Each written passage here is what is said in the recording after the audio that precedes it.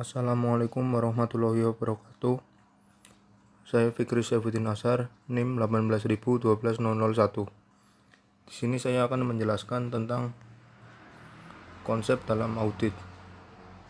Langsung saja. Yang pertama, asersi manajemen, keberadaan atau kejadian. Asersi tentang keberadaan atau kejadian, existence or occurrence, berhubung dengan apakah aktiva atau uang entitas ada pada tanggal tertentu dan apakah transaksi yang dicatat telah terjadi selama periode tertentu. Contoh, manajemen membuat asersi bahwa sediaan produk jadi yang tercantum dalam neraca adalah tersedia untuk dijual. Begitu pula manajemen membuat asersi bahwa penjualan dan laporan laba rugi menunjukkan pertukaran barang atau jasa dengan kas atau aktiva bentuk lain, misalnya piutang dengan pelanggan. Yang kedua, kelengkapan atau completeness, berhubungan dengan apakah semua transaksi atau akun yang seharusnya disajikan dalam laporan keuangan telah dicantumkan di dalamnya.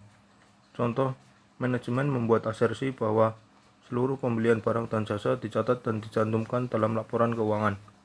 Demikian pula manajemen membuat asersi bahwa utang usaha di neraca telah mencakup semua kewajiban entitas. Asersi tentang hak dan kewajiban, right and obligation, berhubung dengan apakah aktiva merupakan hak entitas atau utang merupakan kewajiban perusahaan pada tanggal tertentu. Contoh, manajemen membuat asersi bahwa jumlah sewa guna usaha atau lease yang dikapitalisasi di neraca mencerminkan nilai perolehan hak entitas atau kekayaan yang disewa guna usahakan atau leased dan utang sewa usaha yang bersangkutan mencerminkan suatu kewajiban entitas. Yang keempat, penilaian atau alokasi, valuation or allocation, berhubung dengan apakah komponen-komponen aktiva, kewajiban, pendapatan, dan biaya sudah dicantumkan dalam laporan keuangan pada jumlah yang semestinya.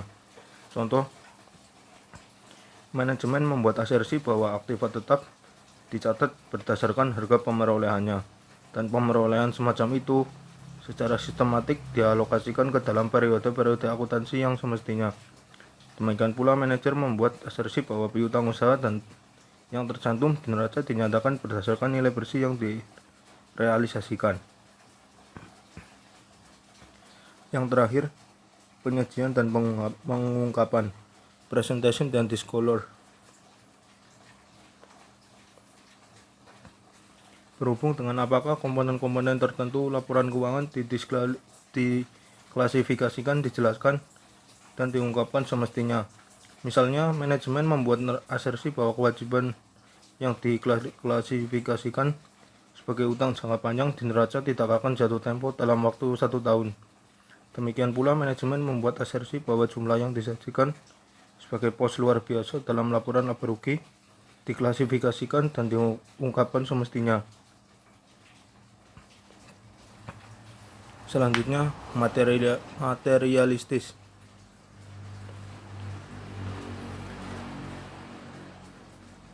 Besarnya pengabaian atau salah saji informasi akuntan dalam kaitannya dengan kondisi di sekitarnya akan memungkinkan pertimbangan pihak yang berkepentingan yang mengandalkan informasi tersebut akan berubah atau terpengaruh oleh pengabaian atau salah saji tersebut.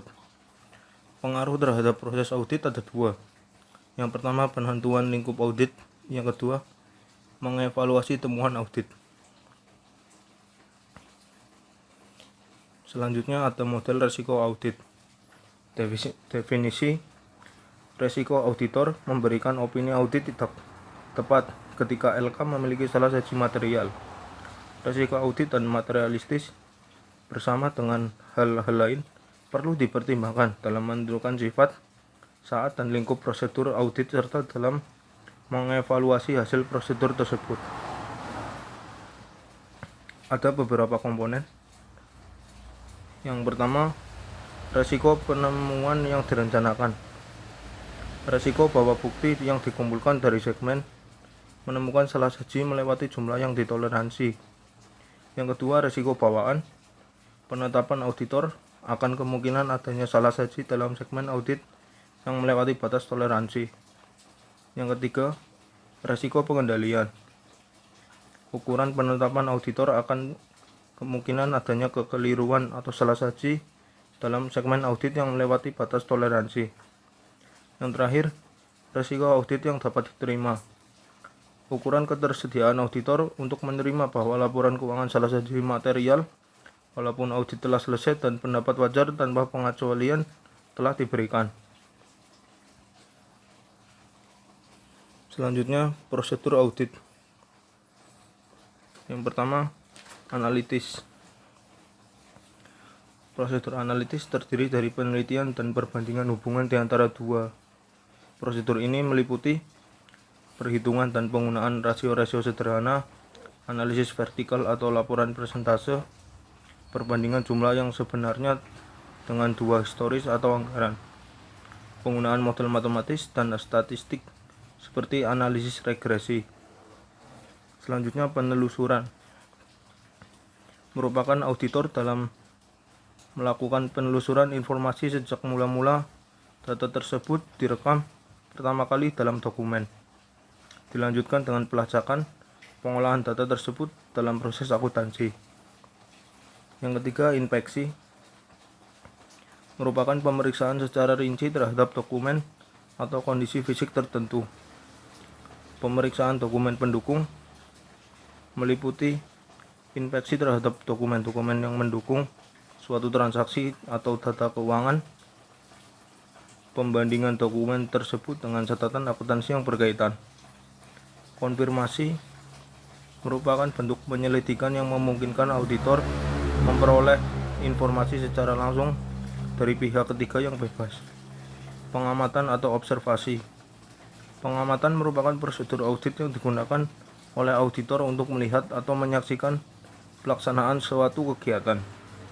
Selanjutnya, permintaan keterangan. Merupakan prosedur audit yang dilakukan dengan meminta keterangan secara lisan. Pelaksanaan ulang, pengulangan aktivitas yang dilaksanakan oleh klien. Perhitungan prosedur audit ini meliputi perhitungan fisik terhadap sumber daya berwujud seperti kas atau sediaan di tangan. Kedua, pertanggungjawaban semua formulir bernomor urut tercetak. Yang terakhir, teknik audit berbantuan komputer.